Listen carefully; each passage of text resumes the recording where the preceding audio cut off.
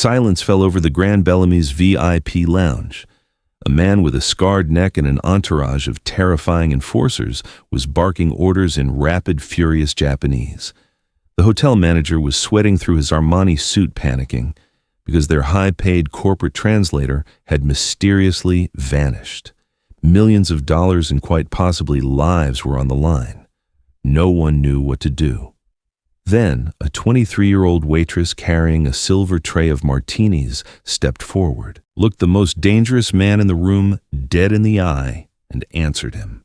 Rain slashed against the floor-to-ceiling windows of the Grand Bellamy Hotel in downtown Chicago, blurring the glowing city skyline into a smear of neon and steel. Inside the penthouse lobby, however, the atmosphere was suffocatingly dry and tense. Harper Quinn adjusted the collar of her starch-stiffened uniform, her knuckles turning white as she gripped a silver serving tray. She was invisible here. Just another high-end waitress, trained to blend into the opulent background of crystal chandeliers, rare orchids, and marble floors. That was the golden rule of the Grand Bellamy: see everything, hear everything, say absolutely nothing. Tonight, however, the hotel was teetering on the edge of sheer panic. Gregory Bates, the usually unflappable general manager, was pacing a hole into the Persian rug. He kept checking his Patek Philippe watch, his face the color of old parchment. Surrounding him were 6 massive security guards, all strictly instructed to keep their hands away from their holsters. Where is the translator? Gregory hissed to his assistant manager, a nervous woman named Beatrice. You told me he was 5 minutes away half an hour ago. His car was run off the road on Lakeshore Drive, Mr. Bates. Beatrice whispered, her voice trembling. He's in the hospital. Minor injuries, but he's not coming. We have no one who speaks the dialect. Harper paused near a marble pillar, polishing a crystal highball glass to justify lingering. She knew exactly who they were waiting for. The entire staff had been briefed for a week about the arrival of the Hayes Syndicate. Operating out of Tokyo, the syndicate was a ruthless, highly disciplined faction of the Japanese Mafia. In a brilliant move to evade international law enforcement, their highest-ranking members exclusively adopted Western names for global operations. At the top of this empire was Vincent Hayes. Born to an American expatriate and a powerful Yakuza heiress, Vincent had ruthlessly consolidated power after his grandfather's passing. He was a ghost to the FBI, a nightmare to Interpol, and tonight, he was the Grand Bellamy's most dangerous guest. He was here for a clandestine summit with a rival American family, a meeting that could either forge an unprecedented alliance or turn the streets of Chicago into a war zone. Listen to me, everyone, Gregory announced, his voice cracking slightly as he addressed the hand-picked staff in the room. Mr. Hayes and his associates are highly traditional despite their international aliases. They consider it an insult to conduct preliminary business in English. If they arrive and we cannot accommodate them in their native tongue, they will perceive it as a grave disrespect. And people who disrespect the Hayes Syndicate do not keep their jobs or their kneecaps. Harper swallowed hard. She needed this job. Her student loans from a half-finished linguistics degree at Georgetown were suffocating her, and the tips from the Grand Bellamy's VIP lounge were the only thing keeping a roof over her head. Suddenly, the private brass elevator dinged. A heavy absolute silence crashed down on the room. The brass doors slid open. 4 men stepped out first. They were dressed in immaculately tailored dark suits, their expressions unreadable, their eyes scanning the lobby with predatory precision. They all bore the subtle, unmistakable markers of organized crime, a missing pinky finger here, a faint edge of a massive Irizumi tattoo peeking out from a crisp white collar there. Then Vincent Hayes emerged. He was strikingly tall, possessing a lethally graceful posture that commanded the air in the room. His features were a striking blend of his heritage, sharp aristocratic cheekbones, piercing dark eyes that seemed to absorb the light, and a jawline that looked carved from granite. He wore a charcoal bespoke suit that undoubtedly cost more than Harper's entire college tuition. He radiated absolute terrifying authority.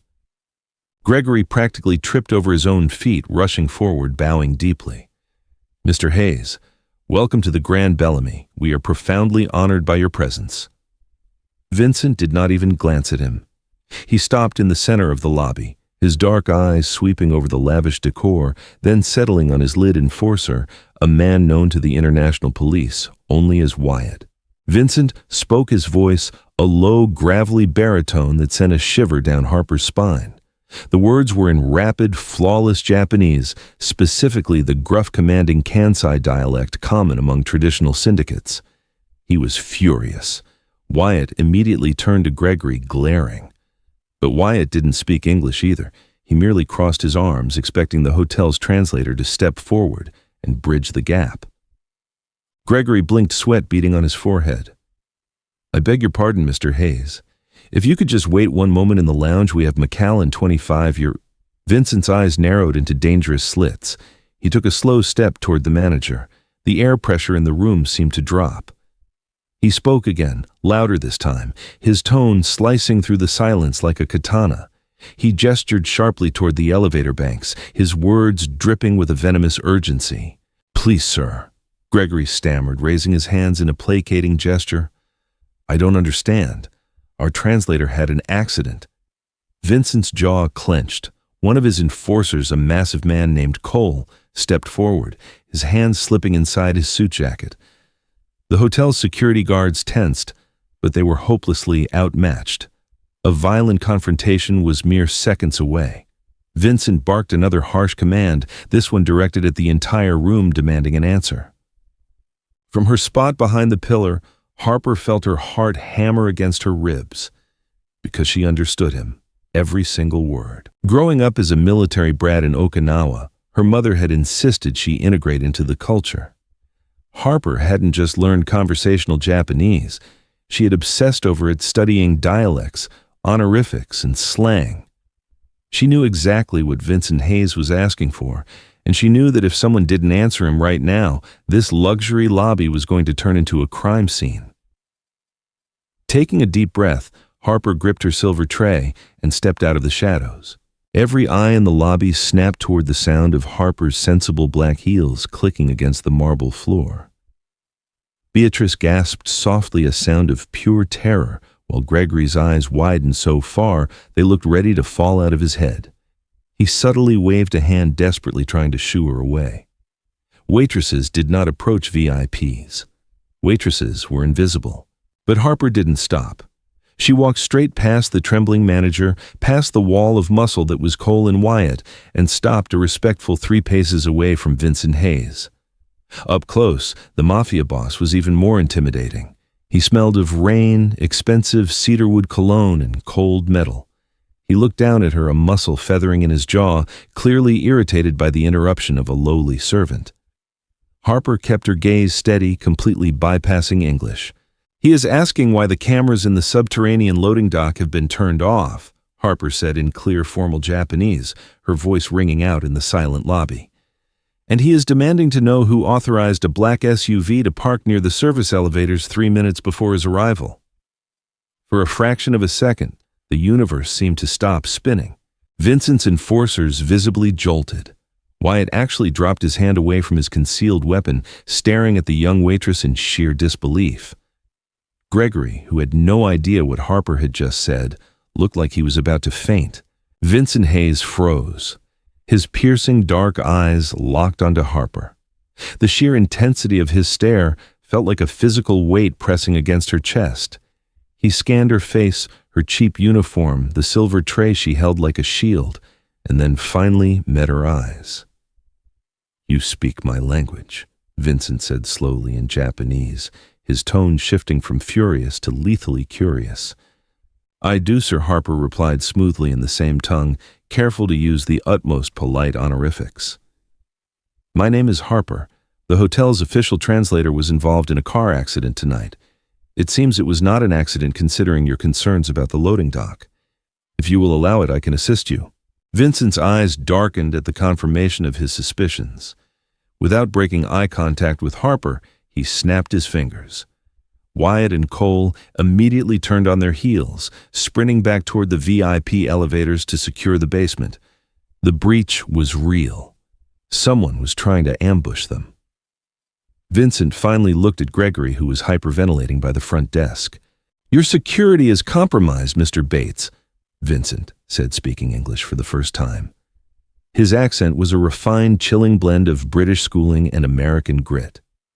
"If this woman had not spoken up, my men would have walked into an ambush in your basement. You owe her your life and your job." Gregory swayed on his feet. "Mr. Hayes, I assure you we will lock down the building immediately. Harper, step back this instant. You are out of line."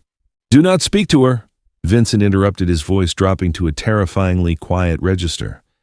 "She is the only competent person in this building." He turned his full attention back to Harper. "Where did you learn to speak Kansai Ben with such precision?" "My mother was stationed in Okinawa," Harper answered, keeping her voice even despite the adrenaline flooding her veins. "I spent most of my life there. I studied linguistics in Washington before I moved to Chicago." Vincent took a slow step closer to her. The sheer size of him was overwhelming. A waitress with a linguistics background, fate has a strange sense of humor. He reached out his gloved fingers, lightly tracing the edge of the silver tray she was holding. "The men waiting in that black SUV belong to Caleb Montgomery, a rival of mine who believes he can take my territory in this city. He orchestrated the accident with your translator. He wanted me deaf and blind in a foreign room." Harper's breath hitched. Caleb Montgomery was one of the most notorious crime lords in the Midwest. Even the hotel staff whispered his name with dread. "Why are you telling me this?" Harper asked softly. Because, Vincent murmured, stepping back and buttoning his suit jacket. "For the next 3 days you no longer work for the Grand Bellamy. You work for me. You will be by my side for every meeting, every dinner, every negotiation. You will be my ears. If Caleb Montgomery breathes a word of betrayal in this hotel, I want to know about it." "I'm just a waitress, Mr. Hayes," Harper protested weakly. "I don't know anything about your business." "You don't need to know the business," Vincent replied, a faint, dangerous smirk playing on his lips. "You just need to know the words. Name your price." Harper looked at Gregory, who was nodding frantically, silently pleading with her to accept so the hotel wouldn't be burned to the ground. She thought of her crushing debt, the late notices stacked on her kitchen counter, and the terrifying reality of the criminal underworld she was about to step into. $50,000, Harper blurted out, her heart pounding, "and a guarantee of my absolute safety." Vincent's smirk deepened into a genuine smile. It completely transformed his face, making him devastatingly handsome. "Done. Wyatt will escort you to the penthouse suite to prepare. Welcome to the Syndicate, Harper Quinn." As she followed the massive enforcer toward the glass elevators, Harper realized she had just sold her soul to the most dangerous man in Chicago. And as the doors closed, blocking out Gregory's panicked face, she knew there was absolutely no turning back. Stepping out of the brass elevator, Harper found herself entirely enveloped in a world of staggering wealth and suffocating security. The penthouse suite of the Grand Bellamy spanned the entire top floor, offering a 360-degree view of the glittering Chicago skyline. Under any other circumstances, the view would have been breathtaking. Tonight, it felt like a gilded cage. Wyatt, the massive enforcer, guided her through a marble foyer guarded by 4 more men in tailored suits. Their eyes tracked her every movement, analyzing her as a potential threat before dismissing her as merely a civilian asset. Harper stood awkwardly in the center of the sprawling living room, her cheap polyester uniform starkly out of place against the custom Italian leather furniture and original abstract paintings. She nervously gripped her hands together, her mind racing back to her unfinished linguistics degree at Georgetown. She'd spent countless nights analyzing syntax and phonetics, dreaming of working for the United Nations or a prestigious embassy. Never in her wildest nightmares did she imagine her language skills would drag her into the crosshairs of an international crime syndicate. 20 minutes later, the heavy oak double doors swung open. Vincent Hayes strode into the room, followed closely by Cole.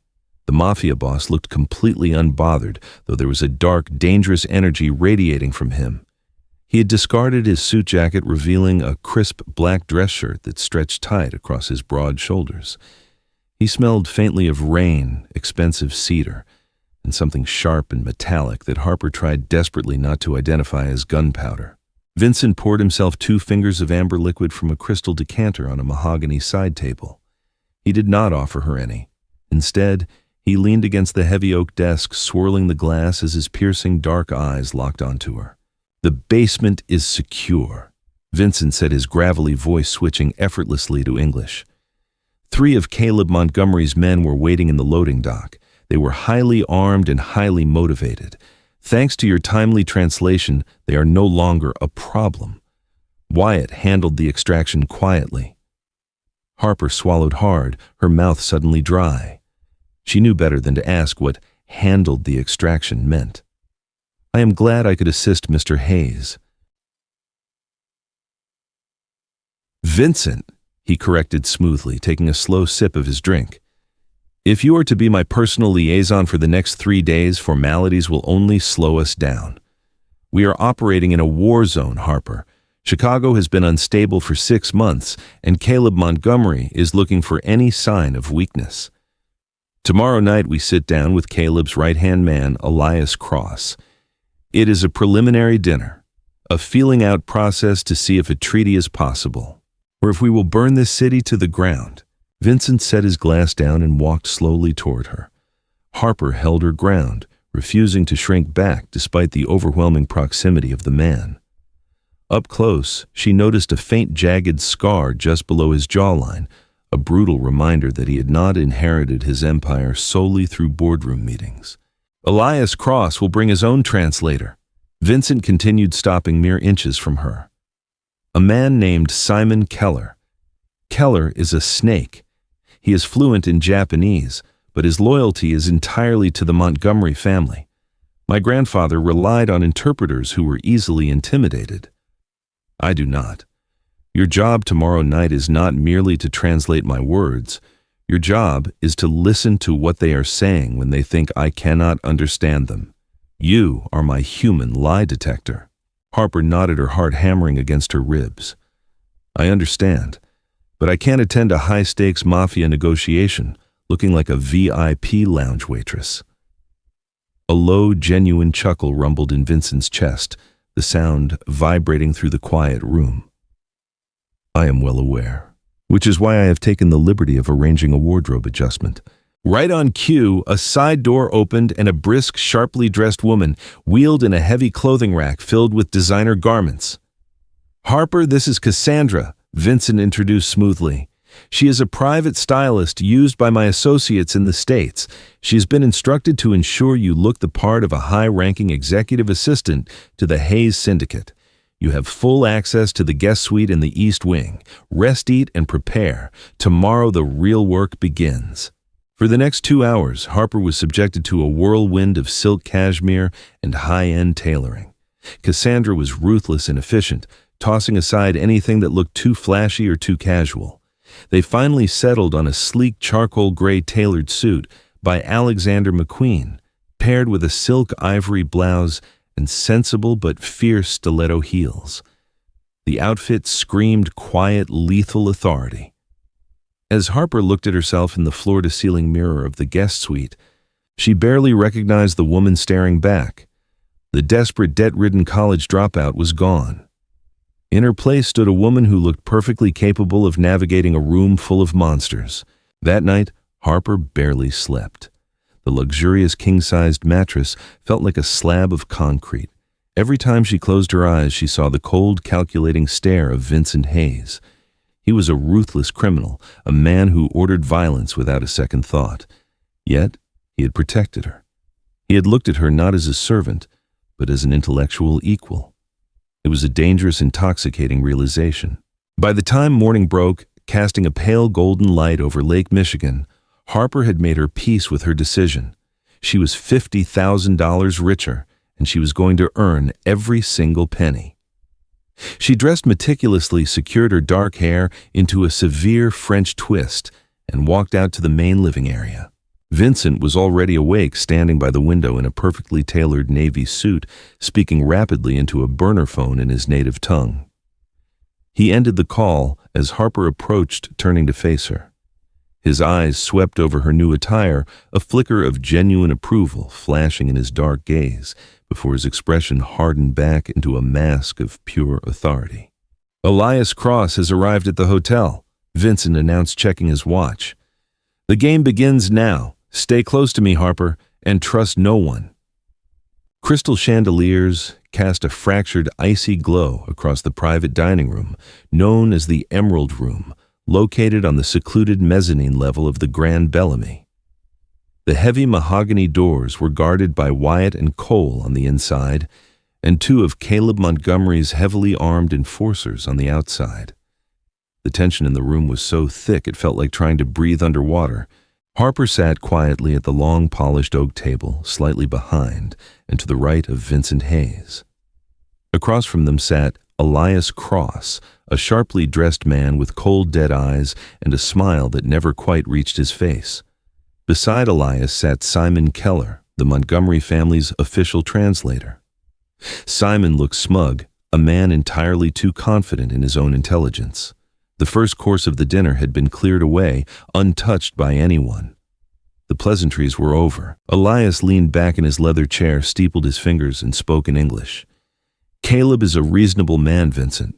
He recognizes the historical influence of the Hayes Syndicate in the Pacific, but Chicago's our backyard.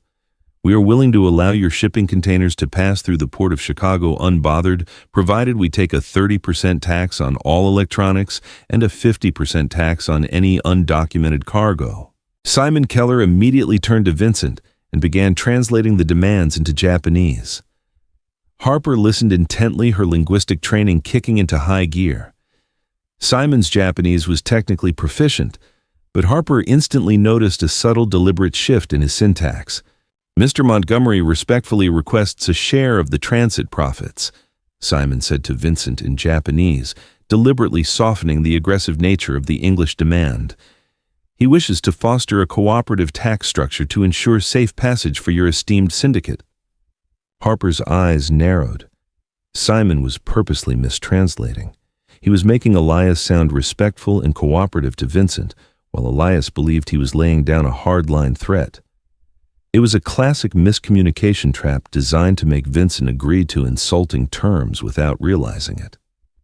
Vincent remained stone-faced, processing the Japanese translation. He glanced at Harper from the corner of his eye, silently asking for her assessment. Harper leaned forward, bringing her lips close to Vincent's ear, dropping her voice to a whisper that only he could hear. She spoke in rapid, flawless Kansai dialect. "He is lying to you." Elias Cross did not say, "respectfully requests." He demanded a 30% tax on legal goods and a 50% extortion fee on the black market cargo.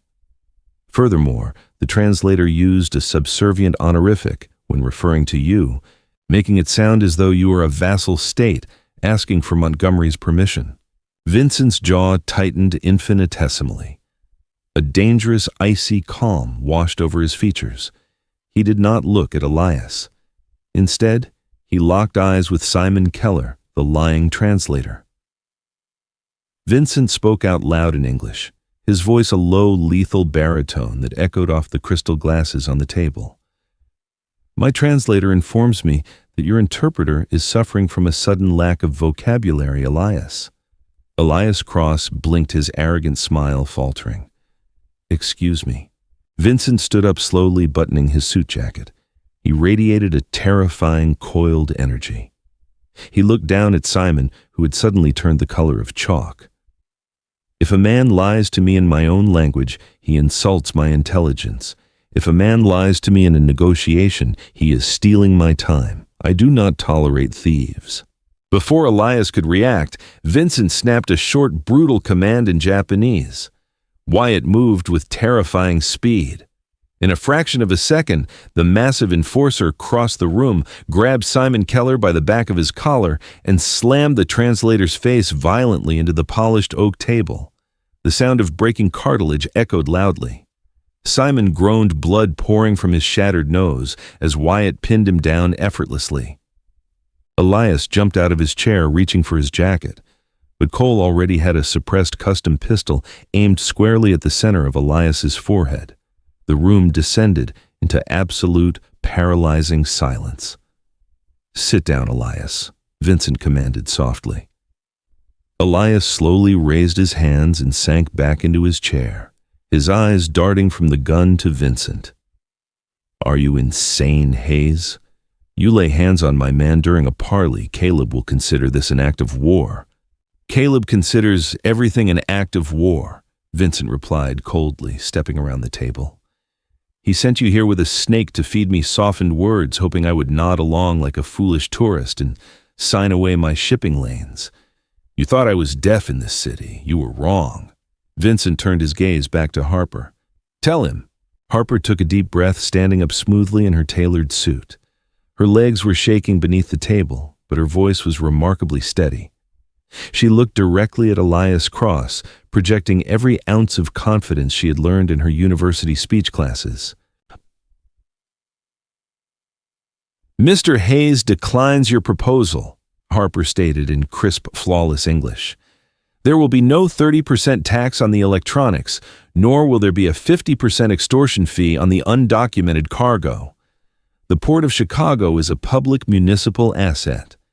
If the Montgomery family attempts to interfere with Hayes Syndicate shipping containers, Mr. Hayes will bypass the port entirely, route his cargo through Canadian rail lines, and subsequently flood the Chicago market with wholesale goods at half your street price.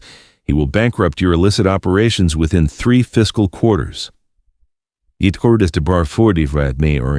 Elias stared at the young woman in stunned silence. He had assumed she was just eye candy, a decorative assistant. He had vastly underestimated the room. "This summit is over," Vincent said, walking toward the mahogany doors. "Take your bleeding translator back to Caleb. Tell him if he wants to tax my cargo, he can come ask me himself, but he had better learn Japanese first." As Vincent and his men exited the Emerald Room, Harper followed closely behind. The adrenaline in her veins was roaring like a freight train.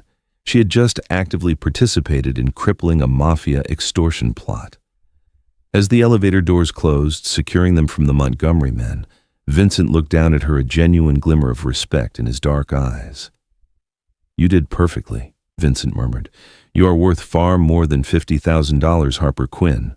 Adrenaline crashed through Harper's system the moment the brass elevator doors clicked shut, isolating them in the secure vertical shaft of the Grand Bellamy. Her knees buckled slightly, the sheer weight of what she had just done crashing down on her shoulders. She had directly threatened Elias Cross, a high-ranking lieutenant of the Montgomery criminal empire. She, a 23-year-old college dropout drowning in student loans, had just stared down a loaded weapon and delivered a multi-million-dollar ultimatum. Vincent's arm shot out, catching her by the elbow before she could stumble. His grip was entirely firm, but surprisingly gentle, steadying her against the polished brass railing. "Breathe, Harper," Vincent commanded quietly, his baritone voice dropping the harsh edge it held in the Emerald Room. "Deep breaths, 4 seconds in, 4 seconds out. You are experiencing a catecholamine dump. It is perfectly normal after a confrontation." Harper nodded frantically, forcing air into her burning lungs. She looked up at the towering mafia boss. Stripped of his public terrifying mask, Vincent Hayes looked almost human. There was a quiet intensity in his dark eyes, a protective shadow that hadn't been there yesterday. "I cannot believe I just said all of that," Harper whispered, her voice trembling slightly. "If Elias Cross ever sees me on the street—" "Elias Cross will not live long enough to become a concern for you," Vincent replied smoothly, guiding her out of the elevator as the doors opened to the penthouse suite. "And even if he did, he would have to go through me first. You are under the protection of my syndicate now. That is not a hollow corporate promise. It is an absolute blood oath."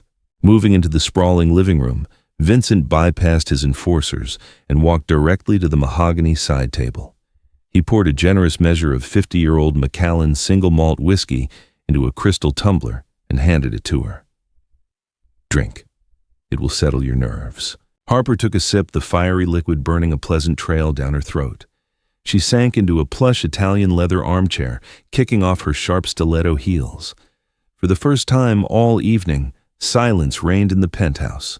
Cole and Wyatt had taken up positions by the exterior doors, leaving Vincent and Harper in relative privacy near the floor-to-ceiling windows overlooking the glittering sprawl of Chicago. Down below, the iconic neon signs of the Magnificent Mile cut through the darkness, entirely oblivious to the underworld war brewing above. Detroit. You never explained why your grandfather chose Western names, Harper said softly, her curiosity briefly overpowering her exhaustion. Traditional syndicates in Tokyo are fiercely proud of their heritage. Taking names like Vincent, Wyatt, and Cole goes against centuries of established protocol.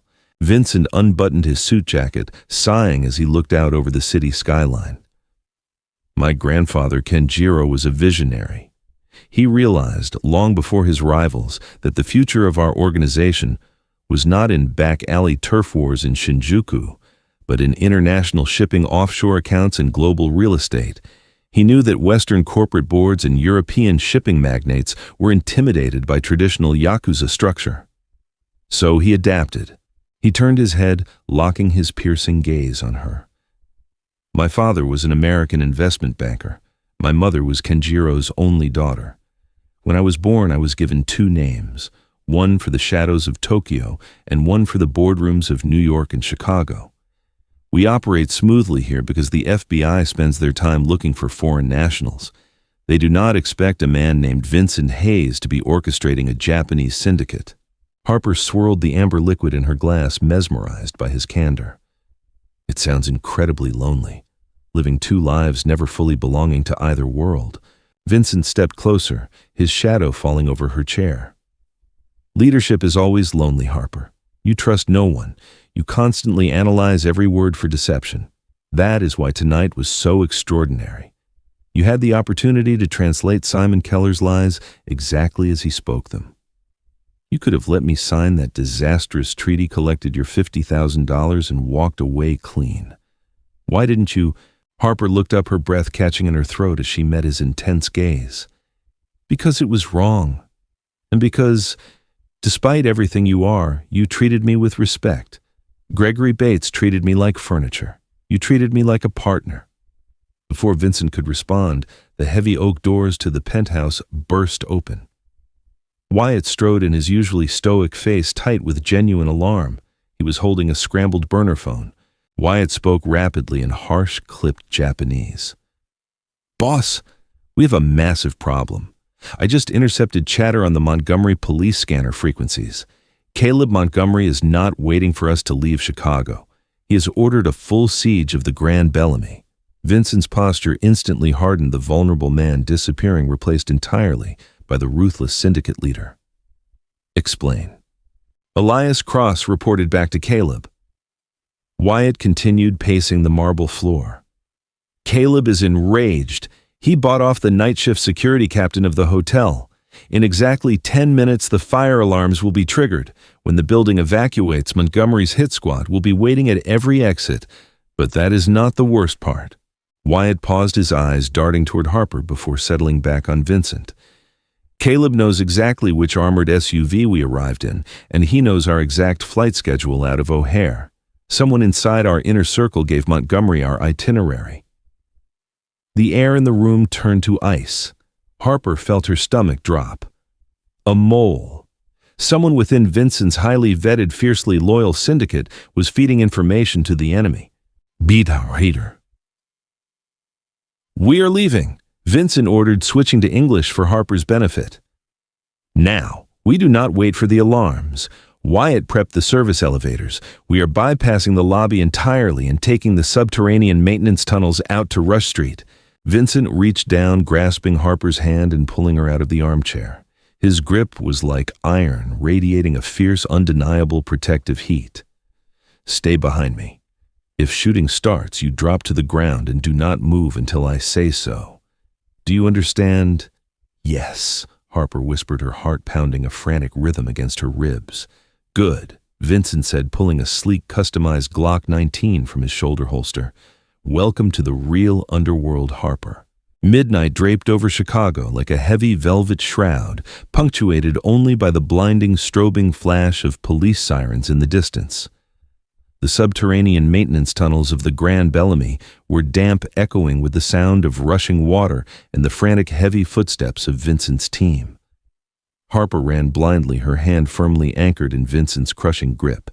She had abandoned her heels 3 corridors back, sprinting in her sheer stockings over cracked concrete and rusted grates. They emerged into the freezing night air in a forgotten service alley just off Rush Street. The neon glow of Gibson's bar and steakhouse flickered several blocks away, a beacon of normal civilian life that felt entirely out of reach. Cole was already waiting beside a nondescript, heavily armored black sedan, a decoy vehicle kept explicitly for emergencies like this. "Get in!" Vincent barked, practically shoving Harper into the reinforced back seat before diving in behind her. Wyatt took the wheel, peeling away from the curb, just as the distant, high-pitched shriek of the Grand Bellamy's fire alarms finally echoed through the downtown canyons. The trap had been sprung, but they had narrowly slipped the jaws. Take lower whacker, Vincent commanded from the back seat, his eyes constantly scanning the rearview mirrors. "It is a blind spot for city cameras and GPS tracking. We need to lose any tails before we head to the Gold Coast safe house." Lower Whacker Drive was a subterranean labyrinth of concrete pillars and harsh fluorescent lights, a famous bi-level street that ran beneath the city. It was the perfect place to disappear, but it was also a deadly bottleneck. As Wyatt violently wrenched the steering wheel, plunging the sedan down the concrete ramp into the glowing, cavernous tunnels of Lower Whacker, a pair of heavy headlights flared to life behind them. "We have company," Wyatt growled in Japanese, slamming his foot on the accelerator. The heavy sedan roared, weaving dangerously between massive concrete support columns and late-night delivery trucks. Harper pressed her back against the leather seat, terror seizing her throat. Through the rear window, she saw 2 unmarked SUVs gaining ground rapidly. Suddenly, a muzzle flash illuminated the dark tunnel. A split second later, a barrage of heavy-caliber bullets slammed into the back of their sedan. The reinforced ballistic glass spiderwebbed violently but held firm. "Get down!" Vincent shouted, grabbing Harper by the shoulders and dragging her horizontally across the back seat, covering her smaller frame entirely with his own body. The scent of his cedar cologne and the sharp tang of metal completely overwhelmed her senses. He was incredibly heavy, a solid wall of muscle shielding her from the lethal chaos erupting outside. "Cole, take their tires!" Vincent yelled over the deafening roar of the engines. In the front passenger seat, Cole rolled down his window, ignoring the frigid wind tearing through the cabin. He leaned out, aiming a compact submachine gun back at the pursuing vehicles. A deafening burst of automatic fire echoed through the concrete tunnel. The Lid Montgomery SUV swerved violently, its front left tire blowing out in an explosion of rubber and sparks. The massive vehicle lost control, slamming into a concrete pillar with a sickening crunch of metal. But the second SUV kept coming. "Hold on!" Wyatt roared. He yanked the emergency brake, spinning the heavy sedan into a flawless, terrifying 180-degree turn right in the middle of the empty stretch of tunnel. Harper squeezed her eyes shut, completely buried under Vincent. The car slid sideways, tires screaming against the pavement before coming to a violent halt, facing their attackers. Vincent did not hesitate. He kicked his door open, stepping out into the line of fire with terrifying grace.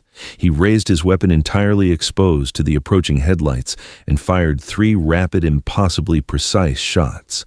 The first bullet shattered the enemy driver's windshield. The second hit the engine block. The third hit the driver.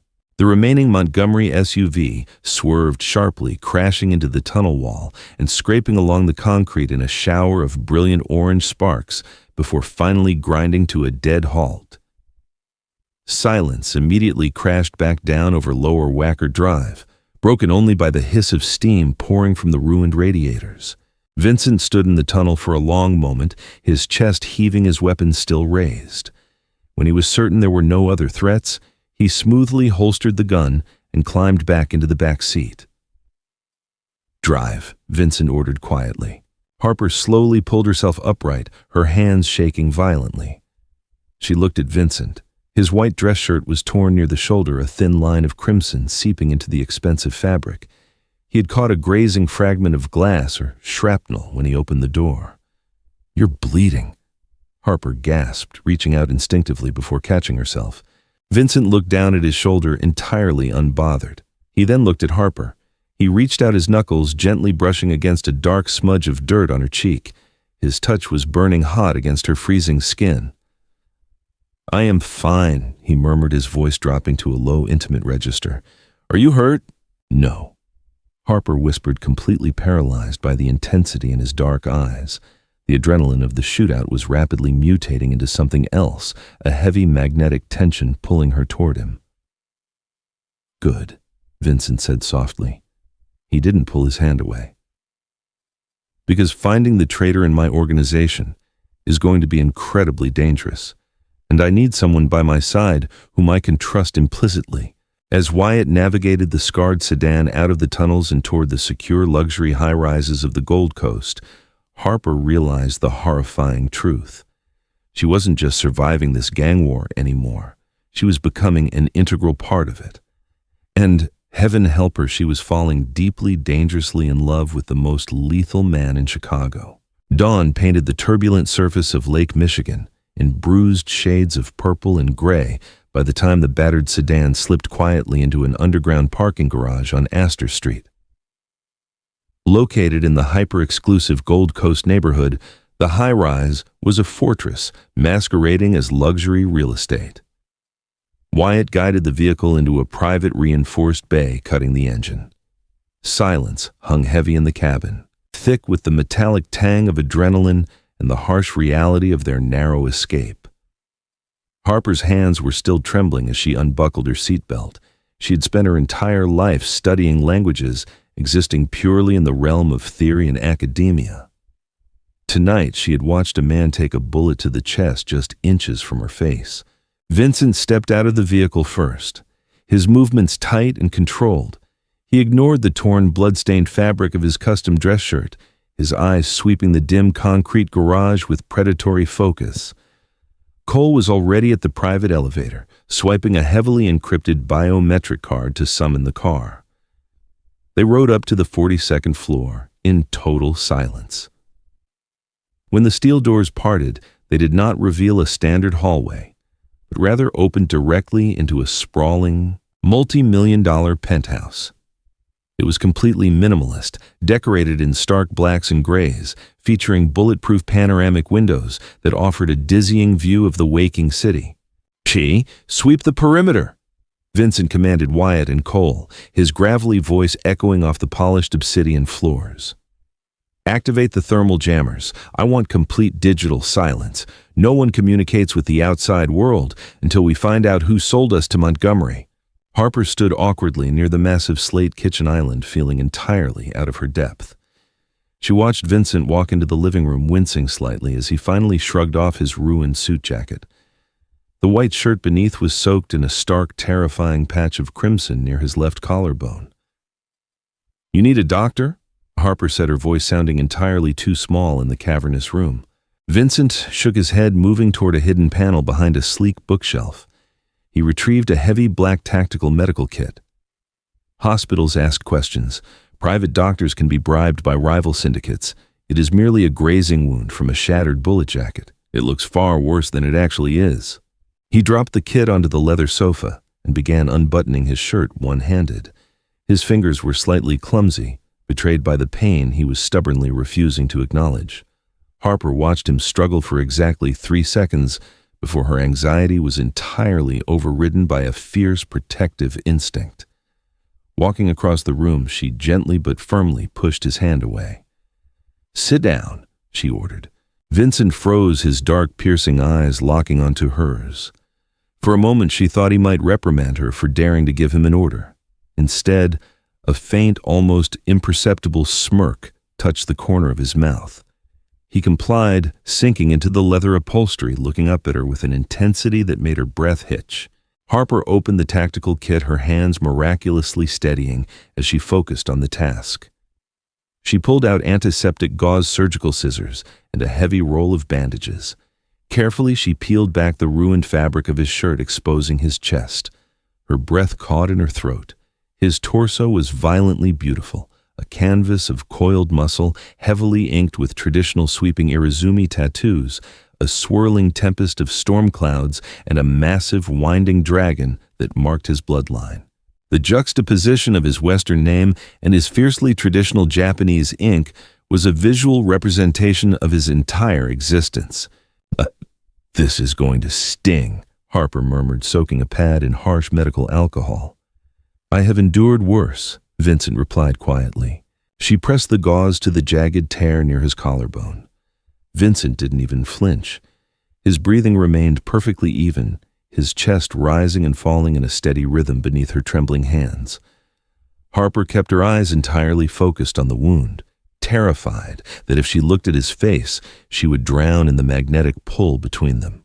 The physical proximity was intoxicating. She could feel the immense heat radiating from his skin, smell the intoxicating blend of cedarwood, gunpowder, and raw masculinity. "Why are you still here, Harper?" Vincent asked softly, his voice a low rumble that vibrated against her fingertips. "You survived the shootout. I could have Wyatt wire the $50,000 to your account right now and put you on a private jet to anywhere in the world. You are completely free to walk away from this madness." Harper paused, her hand resting flat against his uninjured pectoral muscle. She finally looked up, meeting his mesmerizing gaze. "Because I don't run away when things get complicated. And because I think you actually need me."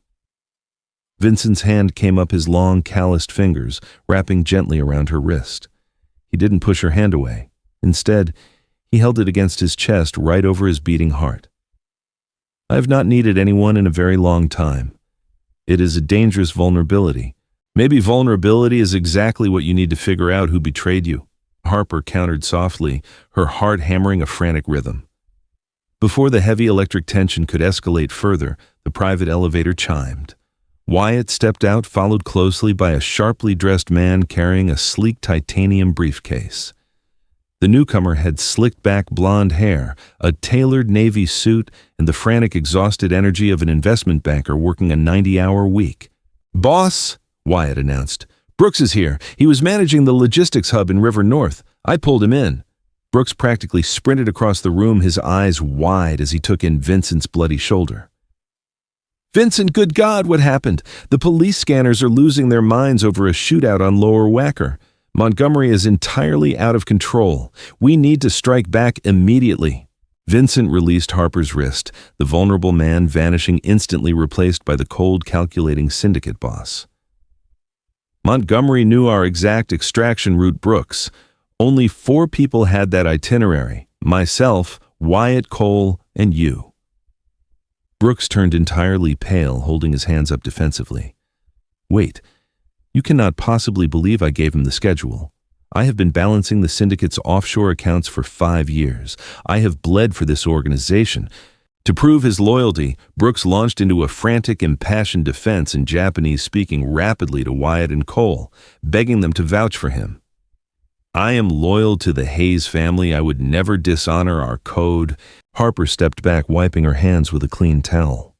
She listened carefully as Brooks continued to plead his case in the syndicate's native tongue. His pronunciation was excellent, clearly the result of expensive private tutoring. But as she listened to his panicked defense, her linguistic training flared to life.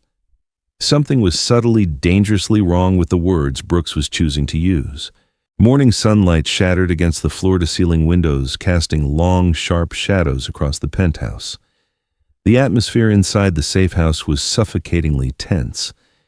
Vincent had retreated to a soundproof glass office with Wyatt and Cole to formulate a retaliation strategy, leaving Harper sitting at the massive dining table with a high-end laptop. Brooks was pacing near the kitchen, furiously typing on his encrypted smartphone, muttering under his breath about moving assets to Cayman accounts before Montgomery's men could freeze their local shell companies. Harper kept her eyes glued to the screen, reviewing the intercepted audio files Wyatt had managed to download from the Montgomery police scanner frequencies just before the shootout. The files were a chaotic mess of static street noise and coded commands. Wyatt had isolated one specific file, a brief untraceable phone call made from a burner phone to Elias Cross, confirming Vincent's exact location at the Grand Bellamy. The voice on the recording was heavily digitally altered, a robotic synthesized baritone, speaking entirely in Japanese to mask their identity from Chicago law enforcement. Harper pressed her headphones tighter against her ears, closing her eyes to shut out the visual distractions. She played the 10-second clip over and over. She wasn't listening to the pitch or the tone. Those had been scrambled beyond recognition. She was dissecting the syntax. She was mapping the grammatical architecture of the sentences. The target is moving to the subterranean loading dock. Execute the protocol immediately. She paused the track, her brow furrowing in deep concentration. Traditional syndicate members from Tokyo, like Wyatt and Cole, spoke a very specific gruff dialect of Kansai Ben. It was casual dominant and inherently aggressive. When they spoke to Vincent, they used precise honorific forms denoting his absolute superiority. The digitized voice on the recording, however, used a bizarre amalgamation of formal business Japanese known as keigo, but it was structurally flawed. The speaker used the word itashimasu, a humble form of the verb to do, when referring to Elias Cross's upcoming actions. A native Japanese speaker, especially a hardened criminal, would never use a humble honorific when commanding a rival to assassinate someone. It was a textbook error made by Western corporate executives who learned Japanese purely for boardroom negotiations, mistakenly believing that stringing together polite vocabulary made them sound sophisticated. Harper opened her eyes, her blood running cold. She looked across the room at Brooks. 10 minutes ago, when Brooks was begging for his life, he had used that exact same grammatical structure. He had mixed humble and respectful verbs incorrectly, a linguistic fingerprint unique to a man who understood the vocabulary but lacked the cultural instinct. Brooks was the mole. He was the one who had sold them to Caleb Montgomery. Harper slowly closed the laptop, her heart hammering violently against her ribs. She needed to tell Vincent immediately.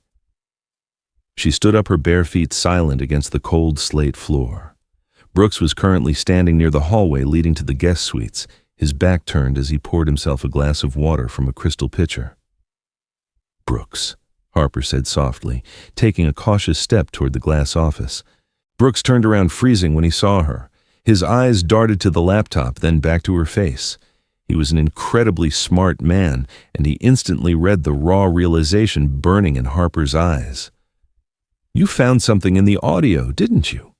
Brooks asked, his voice entirely devoid of the panicked energy he had displayed earlier. It was chillingly calm. "I need to speak with Vincent," Harper replied, keeping her tone neutral, though her pulse was roaring in her ears. She took another step toward the office, but Brooks mirrored her movement, expertly cutting off her path. "You know, I told Caleb that bringing an interpreter into this was a variable we couldn't control." Brooks sighed, reaching casually inside his tailored suit jacket. "Simon Keller was supposed to control the narrative at the dinner. You ruined that. And now you are ruining my exit strategy." Brooks pulled a compact suppressed pistol from his jacket, aiming it directly at Harper's chest. "Chicago is changing, Harper." Brooks whispered, stepping closer. "Vincent is holding on to old traditions. Caleb Montgomery offered me $10 million in complete control of the Midwest shipping lanes. All I had to do was provide a schedule. I am not going to let a glorified waitress ruin my empire." "Vincent is going to kill you," Harper said, forcing her voice to remain absolutely steady despite the paralyzing terror gripping her spine. "Vincent is locked in a soundproof room," Brooks sneered. "By the time he walks out, you will be bleeding on his expensive rug, and I will be in a helicopter heading to O'Hare." Brooks raised the weapon, his finger tightening on the trigger. The glass door of the office did not just open. It shattered completely.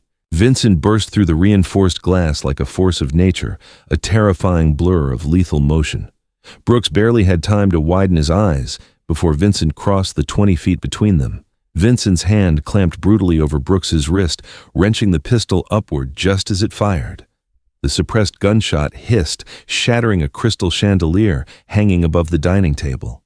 With a sickening crack, Vincent violently twisted Brooks's arm, breaking it at the elbow. Brooks screamed, dropping the weapon. Vincent didn't stop. He drove his knee squarely into Brooks's chest, sending the traitor crashing backward over the marble kitchen island. Glass shattered as Brooks slammed into the floor, completely incapacitated. Wyatt and Cole sprinted out of the ruined office, weapons drawn, but the fight was already over. Vincent stood over Brooks, his chest heaving, his dark eyes burning with an unholy, absolute fury. He didn't even look at the broken man on the floor. He instantly turned around, his eyes frantically scanning Harper from head to toe. "Are you hurt?" Vincent demanded, his voice entirely raw, stripped of all its usual polished control. Harper shook her head, her knees finally giving out. She collapsed toward the floor, but Vincent caught her, pulling her tightly against his chest. His arms wrapped around her like a steel vice, burying his face in her dark hair. "He was the mole," Harper gasped against his ruined shirt, gripping his shoulders fiercely. "He made a syntax error in the audio, a humble verb conjugation. It was Brooks." "I know," Vincent whispered fiercely, holding her so tightly she could barely breathe. "I saw him draw the weapon. If he had hurt you, I would have burned this entire city to ash." Vincent finally pulled back, looking down at her with a raw, undeniable emotion that sent a shock wave straight through her heart. The war with Caleb Montgomery was far from over, but as Vincent held her in the ruined penthouse, Harper knew one thing with absolute certainty. She was exactly where she was meant to be. Shards of ruined crystal crunched beneath Wyatt's heavy tactical boots as he hauled Brooks off the floor. The traitor groaned, cradling his shattered arm against his chest, his face entirely drained of color. The suffocating tension inside the Astor Street safe house had morphed into a cold, clinical atmosphere of war. Vincent Hayes did not yell, nor did he pace. He simply retrieved Brooks's encrypted smartphone from the floor, wiped a smear of blood off the screen, and handed it directly to Harper. "Montgomery believes his spy is still operating freely within our inner circle." Vincent stated, his voice a chilling, absolute calm. "Decades ago, my grandfather conducted business with Sidney Korshak, the legendary real-life fixer who secretly manipulated Chicago's underworld in the 70s. Korshak's golden rule was simple: never interrupt an enemy when they believe they are outsmarting you. We are going to use Brooks's treacherous connection to tear Montgomery's empire down to the studs. And you, Harper, are going to bait the trap." Harper took the heavy metallic smartphone. Her hands had stopped shaking. The terror that had paralyzed her hours ago was completely gone, replaced by a crystalline, hyper-focused clarity. She looked at Vincent, understanding exactly what he needed her to do. "Elias Cross and Caleb Montgomery are expecting a status update," Harper said, unlocking the device with Brooks's captured thumbprint. "If I send them a message in perfect Kansai dialect, they will instantly know Brooks has been compromised. But if I mirror Brooks's exact linguistic flaws, if I use the incorrect formal business syntax and the mismatched humble verbs, they will believe Brooks is desperately feeding them our final location." Vincent's dark eyes flared with genuine, profound admiration. He stepped closer, resting his hand gently against the small of her back. The heat of his touch anchored her in the chaotic room. "Tell them I'm panicking. Tell them I'm moving to our secondary logistics hub at the Fulton Market cold storage facility in exactly 1 hour, accompanied only by Wyatt and Cole. It is a dead-end location with only one entrance." Harper nodded, her fingers flying across the digital keyboard. She meticulously drafted the deception, deliberately inserting the awkward keigo honorifics and the flawed itashimasu verb conjugations. It was a linguistic masterpiece of deliberate imperfection. She hit send. 3 minutes later, the phone buzzed. A single word returned from Elias Cross, confirmed. "They are taking the bait," Harper breathed, looking up at the towering syndicate boss. "Wyatt, secure Brooks in the vault." Vincent commanded, his gaze never leaving Harper's face. "Cole mobilized the tactical assault teams. I want 40 heavily armed men waiting in the refrigerated units at Fulton Market before Montgomery's convoy arrives. We are going to permanently relieve Caleb Montgomery of his criminal ambitions." As the enforcers dragged the pleading traitor out of the room, Vincent turned to fully face Harper. He gently cupped her face, his thumb softly brushing across her cheekbone. The fierce, untouchable mafia boss was completely exposed to her in this quiet moment. "I must lead this strike personally," Vincent murmured, his voice dropping to an intimate velvet whisper. "Caleb Montgomery threatened what is mine, and he must answer for it. You will remain here under maximum security guard. When I return, this war will be over." "Come back to me, Vincent," Harper whispered fiercely, leaning into his calloused palm. It was not a request. It was an absolute command. A breathtaking smile completely transformed his sharp features. Always. The next 4 hours were a grueling exercise in pure psychological endurance. Harper sat in the dimly lit living room watching the Chicago skyline slowly brighten as dawn approached. She drank black coffee, pacing the length of the slate floors, listening to the distant wail of police sirens echoing off the concrete canyons. She had stepped entirely out of her old life. The debt-ridden waitress who polished highball glasses at the Grand Bellamy felt like a stranger. She was a strategist now, a vital heartbeat within a terrifying international syndicate. Just after 6 in the morning, the heavy private elevator doors finally parted. Vincent strode into the penthouse. He was exhausted, his dark suit dusted with concrete powder and ash, but he was completely unharmed. Wyatt and Cole followed closely behind, their expressions triumphant. The war was officially over. Harper did not hesitate. She crossed the massive room in a dead sprint, throwing her arms around Vincent's neck.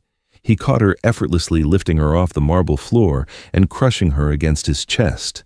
He buried his face in her dark hair, inhaling her scent deeply, completely unbothered by the presence of his highest-ranking men. "It is done," Vincent said smoothly, setting her down but keeping his hands firmly wrapped around her waist. Caleb Montgomery and Elias Cross walked directly into the cold storage facility.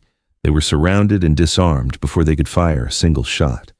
They have been permanently exiled from the city, and their remaining lieutenants have sworn fealty to our syndicate. The Midwest shipping lanes belong entirely to us. Harper let out a long, shuddering breath of relief. She looked up into his mesmerizing dark eyes, the gravity of the situation settling over them. "I promised you $50,000 and your absolute safety." Vincent continued, his voice turning incredibly serious. He gestured toward the mahogany table where a sleek titanium briefcase sat. "The money is in there. A secure passport, a new identity if you wish, and a first-class ticket anywhere in the world. You have earned your freedom, Harper. You saved my life and you saved my empire." He slowly let go of her waist, stepping back. It was the hardest thing he had ever done. "You can walk away right now, and you will never see the shadows of this world again." Harper looked at the titanium briefcase. It represented everything she had ever desperately wanted: financial security, safety, and a quiet, normal life. Then she looked back at Vincent. She saw the terrifying power he wielded, the scars that marked his violent existence, and the raw, undeniable love burning behind his stoic mask. She walked over to the table and casually pushed the heavy briefcase aside. "I already have a job," Harper said softly, a brilliant, confident smile spreading across her lips as she stepped back into his space. "Though I expect a promotion from official translator, and I negotiate much better terms now." Vincent let out a low, rough laugh, a sound of pure joy that echoed through the quiet penthouse. He pulled her fiercely back into his arms, his lips crashing down onto hers in a searing, possessive kiss that erased the rest of the world. She wasn't just a survivor anymore. Harper Quinn had walked into a mafia war as a ghost, but she was stepping out of it as a queen. Wow, what an absolutely breathtaking finale. Harper went from a struggling waitress to the brilliant strategist who brought down a ruthless Chicago crime lord, finding an undeniable burning love with Vincent Hayes along the way. Their story perfectly proves that sometimes the most terrifying and dangerous situations lead us exactly to where we are truly meant to be. If you were captivated by this thrilling real-life mafia romance, do not forget to hit that like button. Share this incredible video with your friends who love a good plot twist and subscribe to our channel for more amazing stories. See you next time.